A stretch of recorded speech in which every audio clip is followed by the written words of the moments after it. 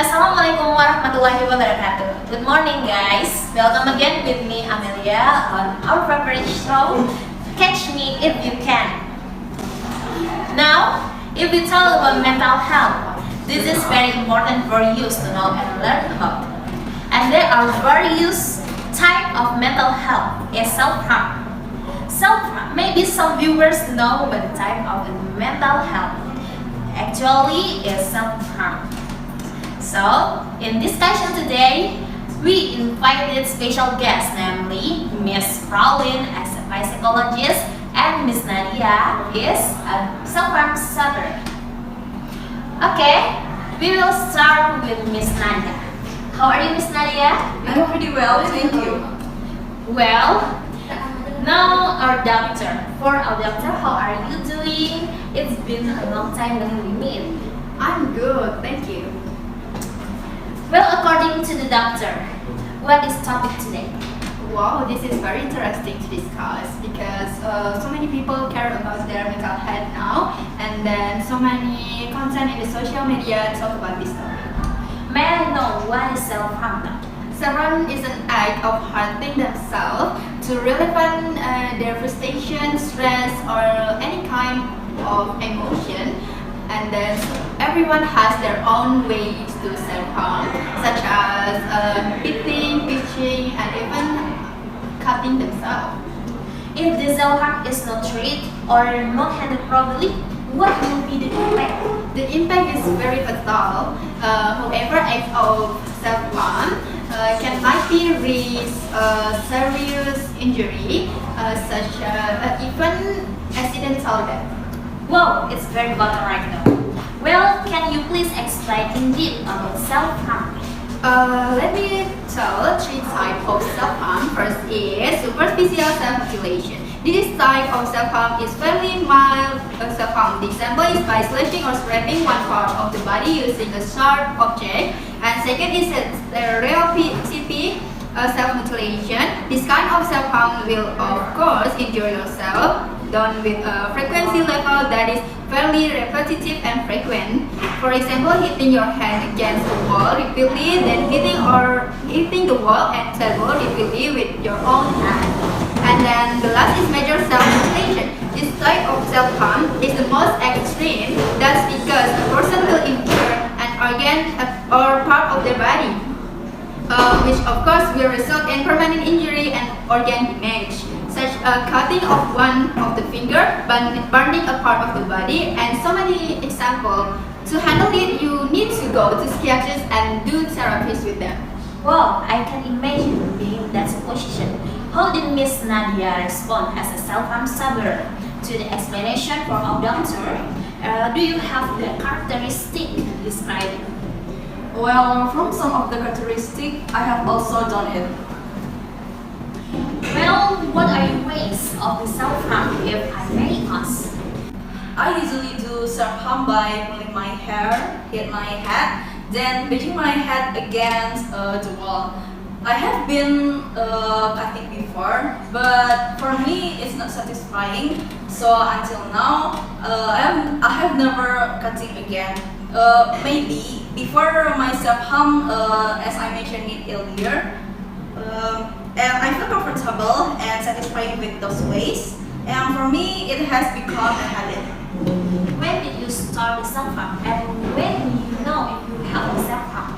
As I remember, I started self-harm in junior high school. At the time when I was stressed and had a hard time controlling my emotion, I doing self-harm. And at the time, I did not that it was self-harm. I think doing that is normal.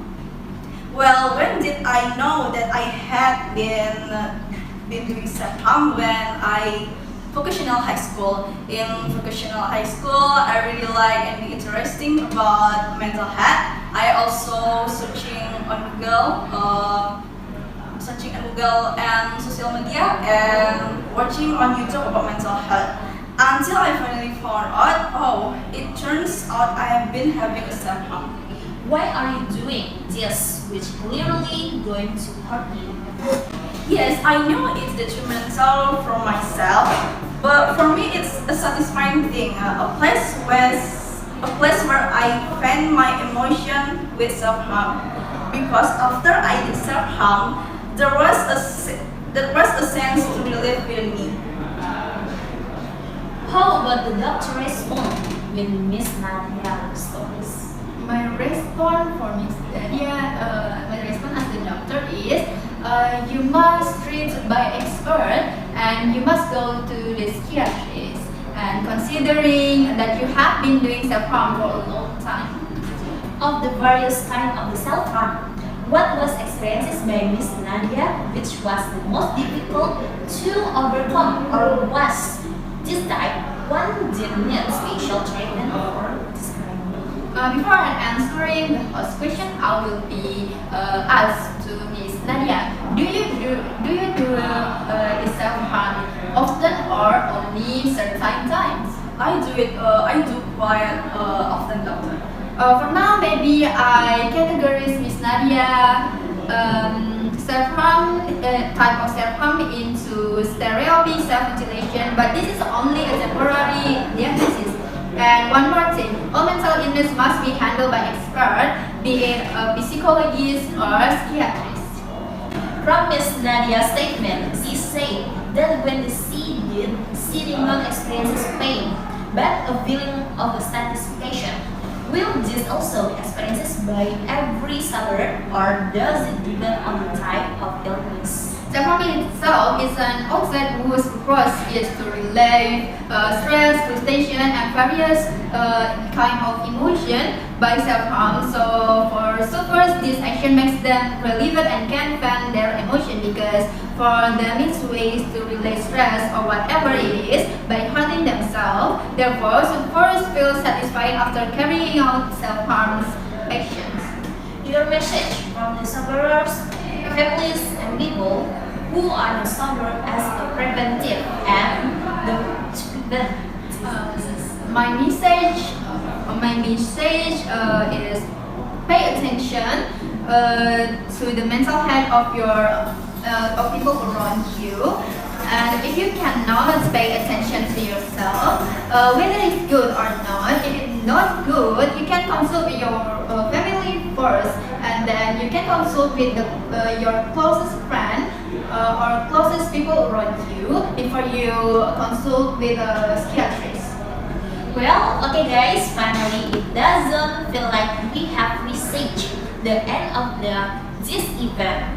Well, I would like to thank our research person of attending this event where we discuss self-harm and debate on today's psychologists. It can be concluded that the self-harm is very detrimental action for oneself. So that's all for me as a host today talk show. Thanks and see you again another talk show.